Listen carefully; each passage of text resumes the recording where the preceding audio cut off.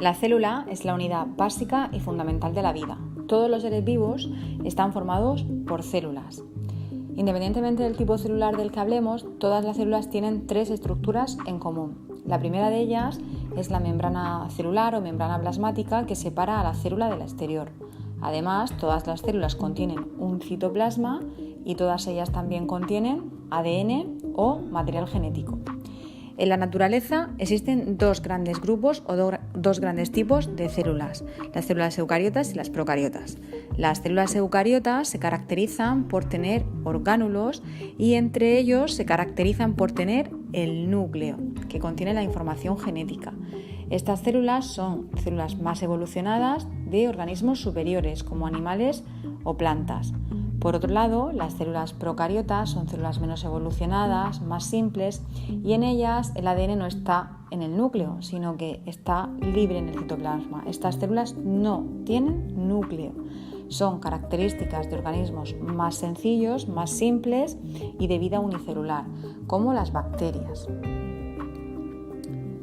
¿Qué son los orgánulos? Pues podemos decir que los orgánulos son pequeños órganos dentro de la célula, con unas funciones muy especializadas y muy concretas. Empecemos hablando del órgano central, del orgánulo central de la célula, que es el núcleo. El núcleo es el centro de mando celular, ya que contiene el ADN o información genética. ¿Qué le dice a la célula? ¿Qué es lo que tiene que hacer y cómo lo tiene que hacer? Este ADN puede encontrarse de manera dispersa en forma de cromatina cuando la célula está en estado de reposo, y cuando la célula se va a dividir, el ADN se organiza en unas estructuras denominadas cromosomas que aseguran que los genes se repartan por igual a las dos células hijas. Además, dentro del núcleo también nos encontramos al nucleolo, que es una estructura encargada de fabricar los ribosomas.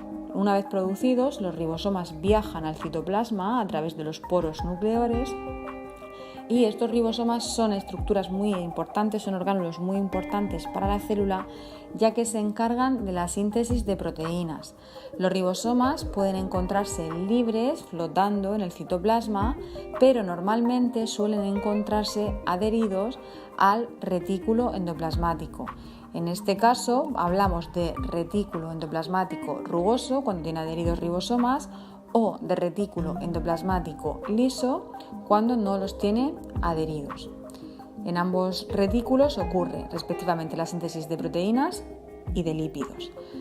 Cuando viajamos al interior del retículo endoplasmático vemos la síntesis de proteínas. Las proteínas son terminadas por los ribosomas y son empaquetadas en unas vesículas, unos paquetes que hacen que viajen desde donde son producidas, desde el retículo endoplasmático rugoso, viajan hasta el siguiente orgánulo, que es el aparato de Golgi.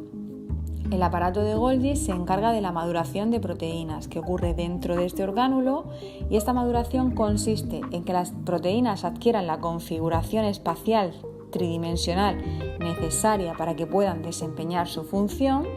Y además, en muchos casos, también la maduración consiste en la adición de moléculas, como por ejemplo la adición de lípidos a las proteínas o la adición de hidratos de carbono específicos que hacen que la proteína desempeñe su función. Además, las células también presentan vacuolas. Son muy características de células vegetales, que suelen presentar una gran vacuola central responsable de regular su tamaño y su volumen hídrico. También las células animales presentan vacuolas y presentan lisosomas.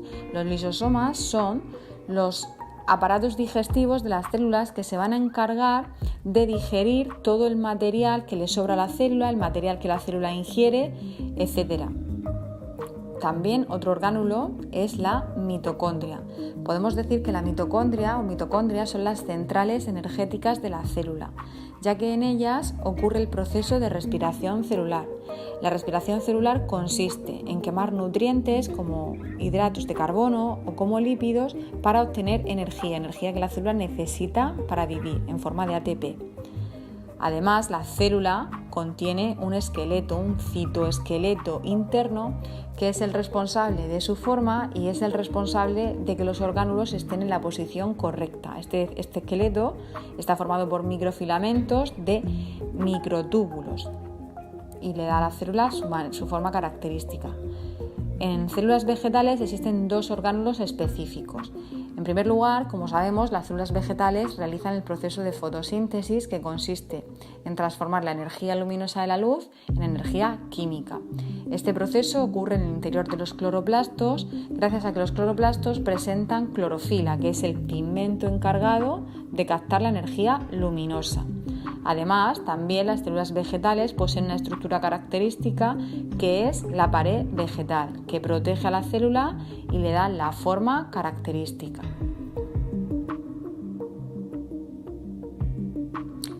Existen estructuras que son muy características de algunos tipos celulares. Entre estas estructuras, por ejemplo, destacamos en el tracto respiratorio de los humanos, destacamos los cilios. El tracto respiratorio está revestido de unas células con cilios microscópicos que se forman para expulsar al exterior todas las partículas inhaladas en el aire con la expiración. Además, en las células bacterianas también aparecen los flagelos, que son estructuras alargadas que les permiten el movimiento en medios líquidos, son como una pequeña cola. En células humanas el flagelo solo aparece en un tipo celular, solo aparece en los espermatozoides, es el que posibilita que alcancen el óvulo para la fecundación. Por último, decir que, un resumen, las células eucariotas son células de plantas y de animales que tienen núcleo y orgánulos con membrana. Las células procariotas son características de organismos unicelulares, no tienen núcleo ni tienen orgánulos con membrana. Todas las células tienen membrana celular, citoplasma y material genético.